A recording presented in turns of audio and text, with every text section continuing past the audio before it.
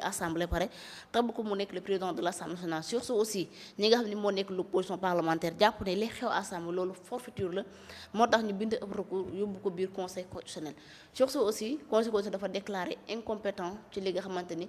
moom moo xew donte ne jàppoon na ni moom il est dans l'obligation pour mu réagir ci mbir mi mais conseil constitutionnel bu demee ba ni moom incompétent na ci lii dañuy jàppee li nga xam ne moo nekk forfaiture alors bonne juridiction moo fa war a nekk pour sauver Sénégal ci dérive institutionnelle yi ñuy dugg. Merci pour la question. Soxna Adja. Sëñ Moussa dafa am lu mu wax léegi loo xamante ni sëñ Moussa c'est-à-dire dans l'opposition il faut que c'est normal et c'est très normal pour que des fois position yi bañ a doon benn. position yi bañ a bokk. c'est-à-dire bi ñuy teg groupe parlementaire nouvelle responsabilité bañ a bokk ci groupe parlementaire ba leneen bu takku wàllu mais kooku nouvelle responsabilité am nañ seeni raison boobu pour bañ a bokk ci loolu du problème bi c'est-à-dire dafa am combat yoo xamante ni ñëpp a koy bokk combat wu Sénégal yi la mooy L29 L30 du loi bu baax ci askan bi du loi boo xamante nii mais dinañu jural ëllëg jàmm parce que ku xam la nekk ca loi ba ñu ne la loi bi mën na permettre nit suba d'être c'est-à-dire un vendeur de drogue un trafiquant de drogue xëy suba daal di doon président de la République c'est-à-dire li ñu dëxëñ ci biir loi yi rien que pour que rek Ousmane Sonko mën a bokkaat mais kooku mooy doon président dangereux dafay loo xam ne baaxul ci askan bi donc loolu combat bu askanu Sénégal la woon bokkut ak divergence yu ndaw yi nga xam ne nii dans l'opposition nit ñi mën nañ ko am ci ay position loolu lu naturel la du benn problème une fois ñu dem ci combat bu mel noonu man dama ne nouvelle responsabilité ña nga xam ne ña nga fa doon ay député position bu nouvelle responsabilité ñëpp xam nañ lan la ci L29 bi L30 bi bañ a dem defi point de presse wala nga bañ a dem defi conférence de presse ça n'a rien à voir ak ça veut pas dire que ne nit ki xeexul et wanewul position yam wane nañ suñ position bu baax a baax fépp fu ñu dem ci plateau wane nañ fa suñu position ñun mais loolu du ñu empêcher ñu ne ki amoon possibilité xeex ko pour askan bi ba mu ko waree xeexu ko Moussa c'est ça le débat mooy takku wàllu bi mu amee possibilité def recours waroon naa mën def recours pour askanu Sénégal bi loolu noonu c'est-à-dire j'aime bien la paix samay nit lañ voilà mais nag je vais être objectif mbiru askanu Sénégal la L29 L30 bi erreur la le groupe takku wàllu bañ a def recours surtout que l'aimable député Aïssata Tall Sall dafa taxaw daal di koy annoncé ne dañuy def recours ñu dawal tuuti mu daal di dellu gannaaw ñu bañ a def recours di xaar un président de la République boo xam ne ñëpp xam nañ ni mu mel ci premier ministre am fa mu jaar ak premier ministre am jox naa la léegi benn exemple ci koo xamante ni président de la République la bëgg lu neex premier ministre am kese tax mu këppatal askanu Sénégal ne leen dañuy dem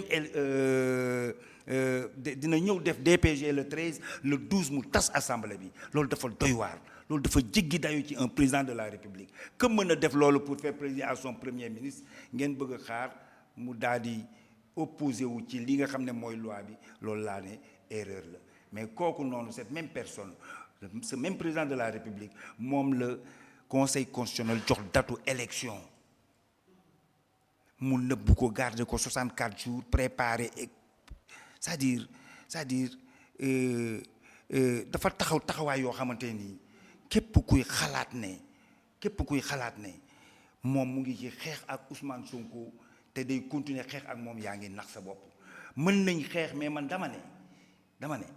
du doon xeex boo xamante ne nii nit mën na am assurance ci ne ñoom ñaar lañu tàqalikoo wala dinañ tàqalikoo wala bu ñu demee ba 2029 du ñu ànd précédent bi moo tax mënuma am confiance ci taxawaay bi nga xam ne moom le président taxaw voilà pourquoi man ma ne woon ba mu situation bu mel noonu taxawee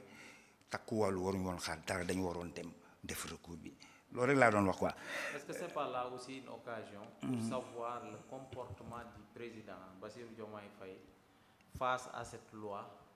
et pour Ousmane Sonko ou contre Ousmane Sonko? Parce que aussi on avait besoin de savoir exactement moom c'est-à-dire ban comportement la amee. comprendre naa li ngay wax. Comprendre. Est-ce que aussi c'est pas une stratégie de la part d'accord du groupe parlementaire Takku Wallu? xam nga lan mooy problème bi Moussa. xam nga lan mooy problème Moussa. liñ koy jëndee. moo ko jarul. yow li ngay wax xam naa ko. je suis bien d'accord avec toi. c'est-à-dire stratégie bi bu fekkee ne nii te dama leen koy nangul mais du ma ko d'accorduma ci. dama leen koy nangul nag mais faire découvrir aux Sénégalais le vrai visage du président Diomaye. kan mooy Diomaye nan la taxawee est-ce que war nañ ko jëndee bàyyi L29 L30 mu jàll non. ban lan lañ ciy gagné pour que rek Sénégalais juste pour que Sénégalais yi xam ne Diomaye mii nii la mel Diomaye mii du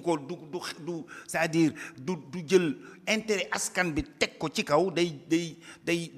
jàppale son premier ministre du xeex bi du def li mu war a def et alors bu ko Sénégalais yi xamee loi boo xam ne baaxul ci askan bi daal di jàll. est-ce que jar na ko foofu laay waxee quoi man. mais si je vous comprends. c'est voilà. comme si donc premier ministre Ousmane Sonko ak Bassirou Diomaye Faye amuñu benn problème. mën nañu am problème mais dama ne la bu problème boo xam ne nit non problème sax xam na de ku leen gis xam ne am nañ problème mais dama ne. li fi jaar Moussa moo war a tax nga xam ne problème lu mu rëy seen diggante ñoom ñaar président mën na ci gëmu bët suba. président Diomaye mën na suba xëy suba Ousmane Sonko doon directeur de cabinet wala moom mu woo ñëpp ba ñu ñëw woo dama lay wax lu leer woo ki ma gis man taxawaay yi mu taxaw. moo tax man ci loolu laa sukkandiku pour ne mën nañ dem ba cëppaandal lépp lu fi mënti jaar ci xeex mën nañ xëy suba mu woo ñëpp ba ñëw mooy leen Ousmane Sonko mooy doon sama candidat. non mën na bañ a doon combine encore une fois vous n'avez pas compris mën na bañ a doon combine Moussa mën na doon lu réel mën na doon combat mën na doon xeex divergence mën na am mais dama ne dadul sori ci président bi ma gis ni mu taxawee. ku mën a taxaw façon taxawaay yooyu noonu suba pour nga juboo ak sa premier ministre du poser problème mais vous vous rendez compte que ne un président de la République moom le conseil constitutionnel jox mais c'est-à-dire une décision dafa demander avis datu élection ñu wax ko pare daal ne ko da nga ko war a publier mu garder ko 64 jours parti politique am préparé wu ba mu des 10 jours mu soog a wax ku jégi war a jàkkaarloog moom que ne dañuy dem élection mais ku def loolu noonu ngeen di xalaat ne mais lu mu dugg mënu cee génn. non contexte boobu xam nga bokkul boobu amuñu woon daanaka problème il avait son premier ministre d'ailleurs chaque jour mu génne son premier ministre Ousmane Sonko c'est le meilleur des premiers ministres. boobu amuñu woon benn problème. d'accord na Ousmane défendait Bassirou président Bassirou aussi à son tour il défendait son premier ministre son chef de parti etc. mais contexte bi ak boobu c'est diamétralement opposé. On est d'accord li ma bëgg a génne foofu xam nga la lim ko jaral. c'est-à-dire défendre son premier ministre lim ko jaral. Ousmane Sonko ni lu mu ko jaraloon. lim ko waaw mais non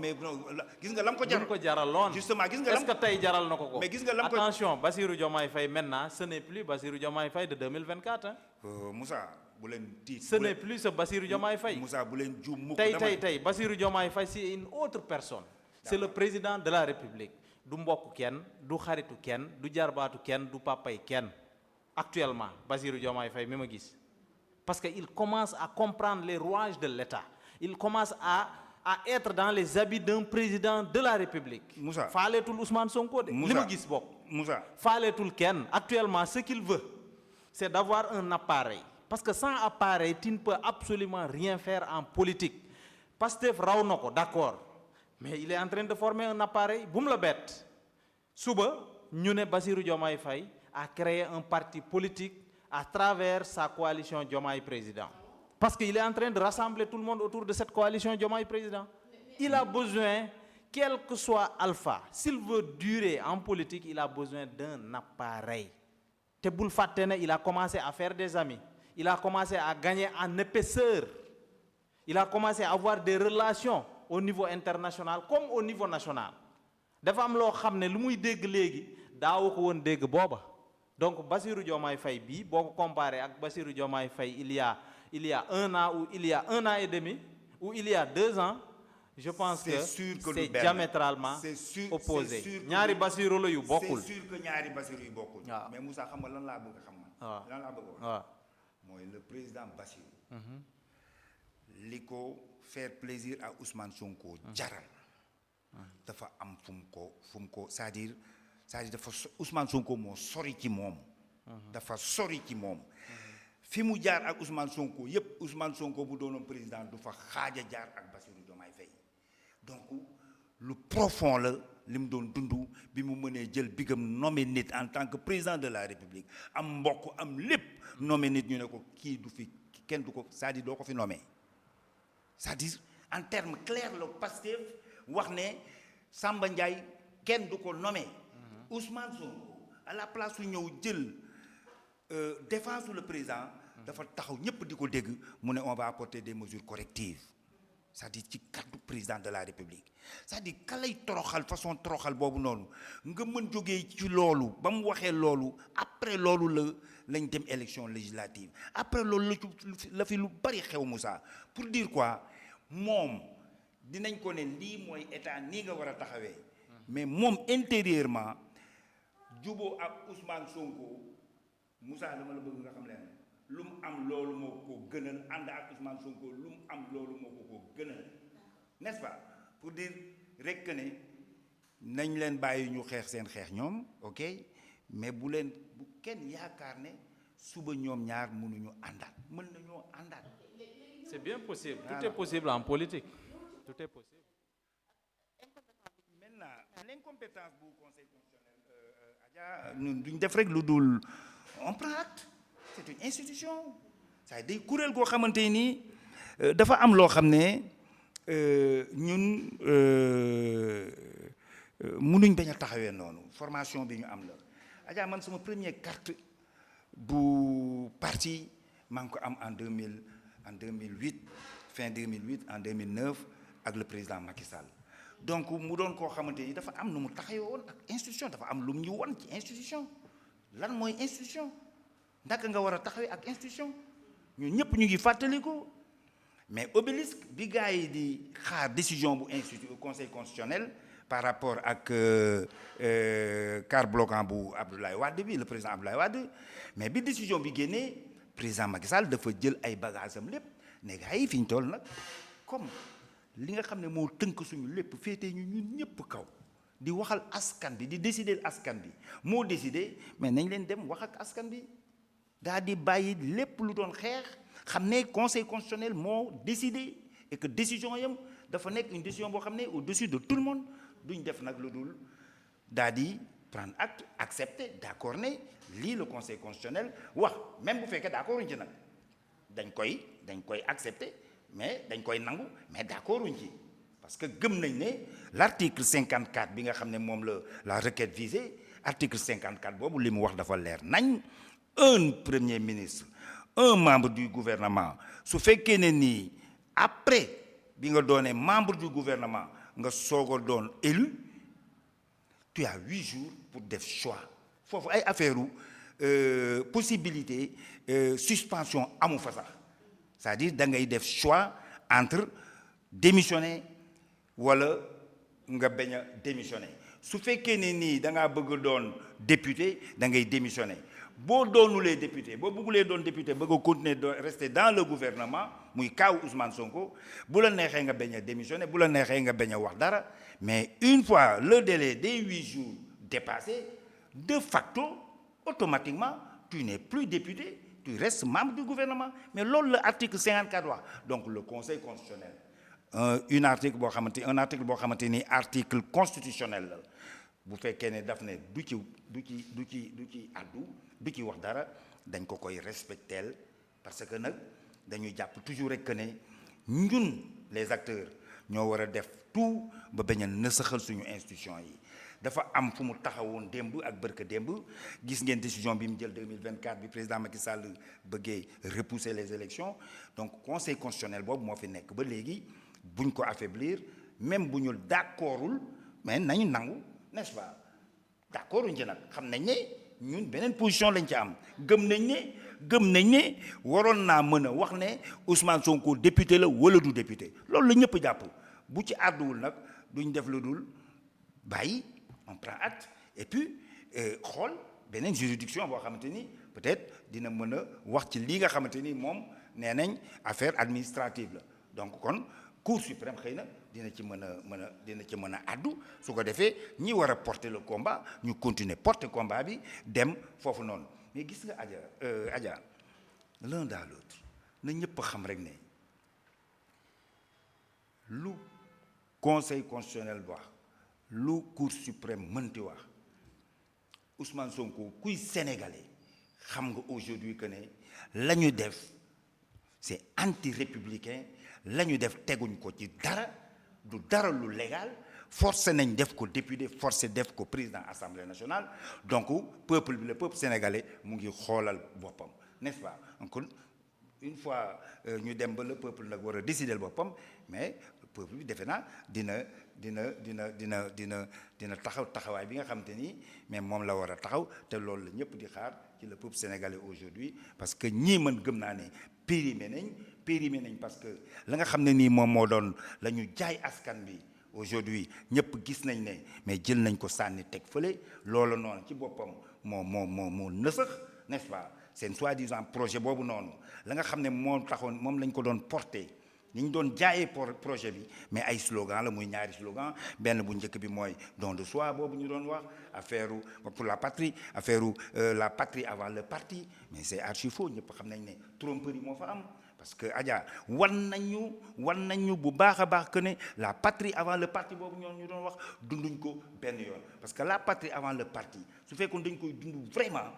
lii ma la wax ne moom le président def du ko def pour neexal partem pour neexal son premier ministre muy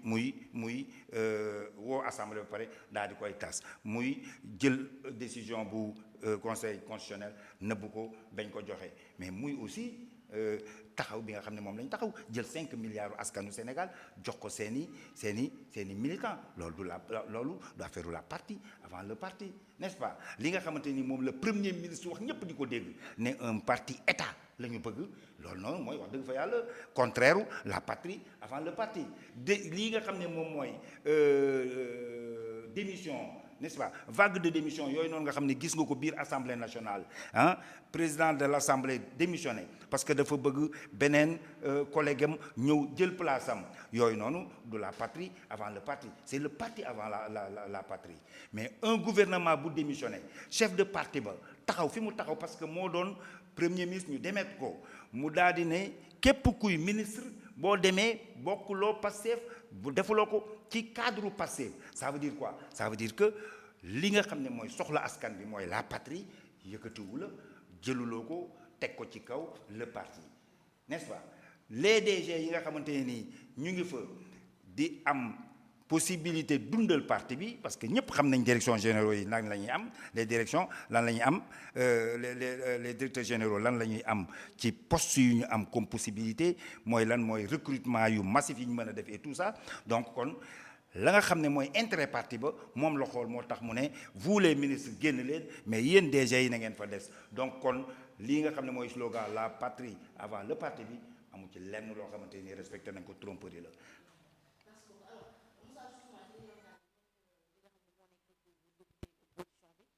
mel ni constitution dafa déclaré moom il est incompétent ci wàllu maanaam mënu ci àddu ci